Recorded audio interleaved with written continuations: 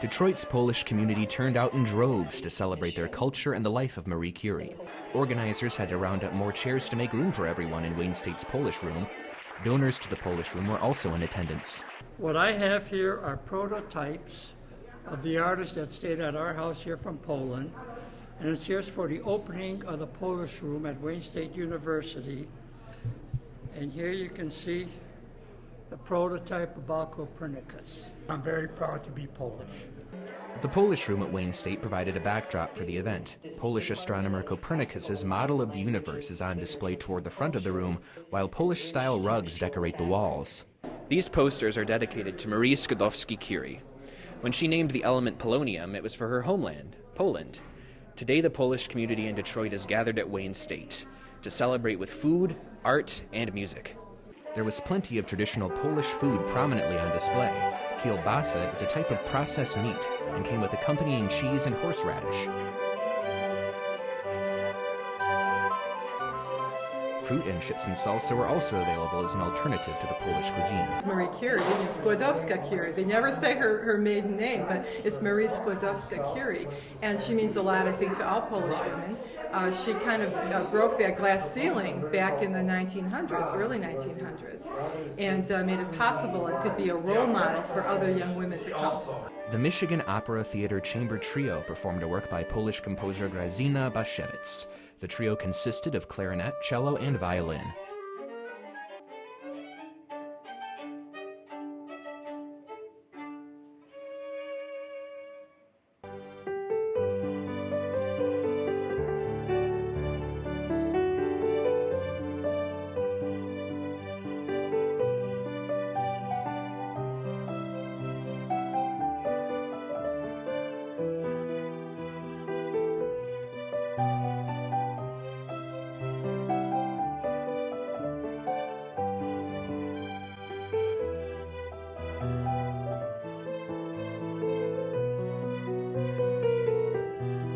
Organizers of the event included the Friends of Polish Art, Wayne State University's Polish Studies, Wayne State University's Polish Culture Club, the Polish American Congress Michigan Division, and the Polish National Alliance.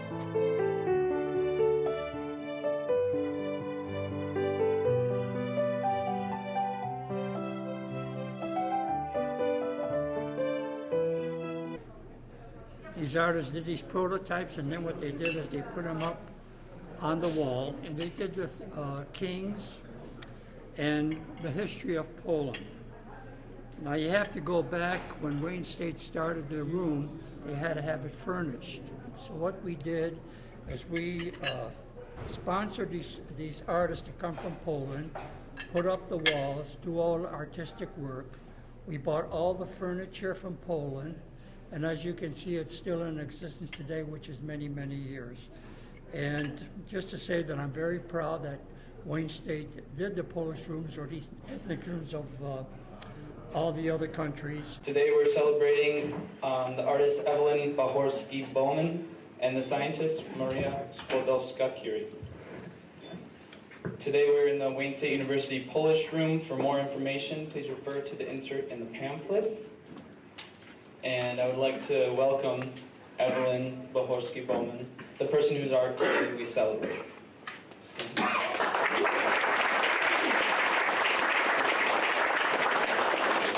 This room was dedicated on May 3, 1986. And 1986 was a significant date for two reasons. May 3rd of that year marked the 195th anniversary of the proclamation of the Polish Constitution of 1791. Throughout her profound and transformative work, Marie Curie expanded the knowledge and improved the health and well-being of all peoples. So when we talk about global people with global impact, I mean, this is a perfect example of that. But it's really through the efforts of an alumna of Wayne State University. Evelyn we are so proud to have not 1 degree, 2 degrees from Wayne State University. How many of you are Wayne State alums here in the room? Right, so, welcome back. This truly is a highlight on several levels. First of all, you couldn't pick a better hero to honor than Marie Skłodowska-Curie. I've always loved to make things, right? So to make things, you need materials, and I love to work with my hands. The next thing you need if you're going to make things are tools, and I've always been curious about tools. I was very fortunate to have a very patient father.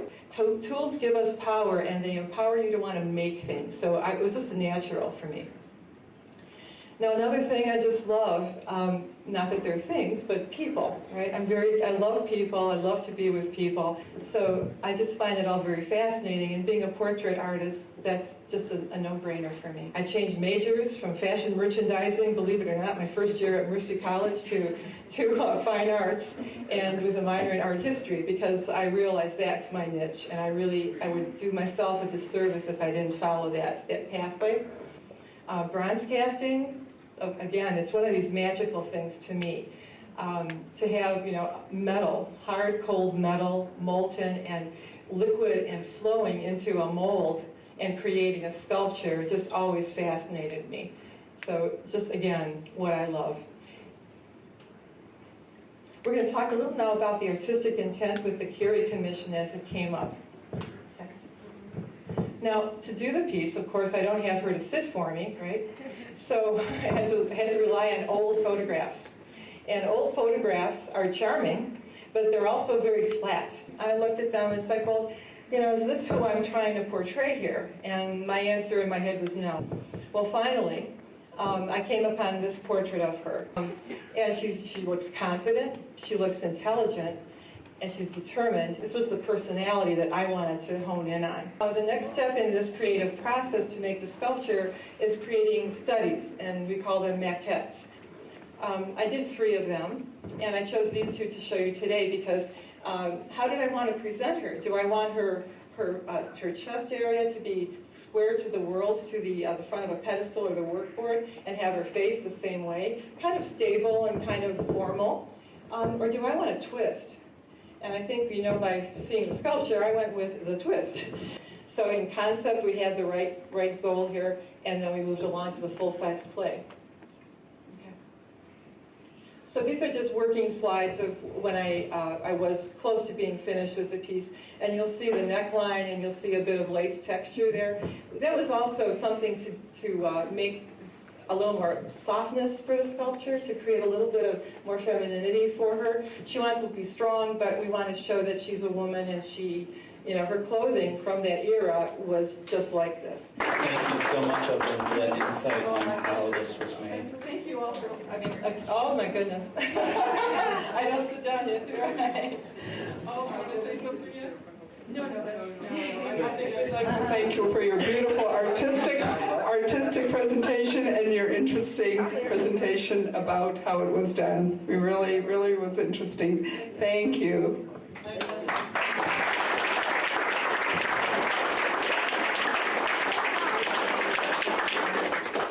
Evelyn, did you save the mold? Oh, yes. I'll hit this one quick. Of course, I did save the mold. After you put in all the hours that go into it, the beauty of having a mold like this is another piece can be cast from the same mold. So I can pour another wax pattern, go back to the foundry, and yes, we're going to take one to Warsaw, to the Marie Skłodowska-Curie Museum, perhaps, and expand our horizons here from Detroit as an exhibit area for my piece to maybe someplace in Poland as well. Thank you so much. Next, I would like to invite up Jessica Urban-Wendt, science teacher and Wayne State University alumna as well. So as I teach my students in front of me that are coming from all countries, they look around my room and ask me who that lady is up there. I have posters of her all over. And I said, your grandma? I said, no, let me tell you about her.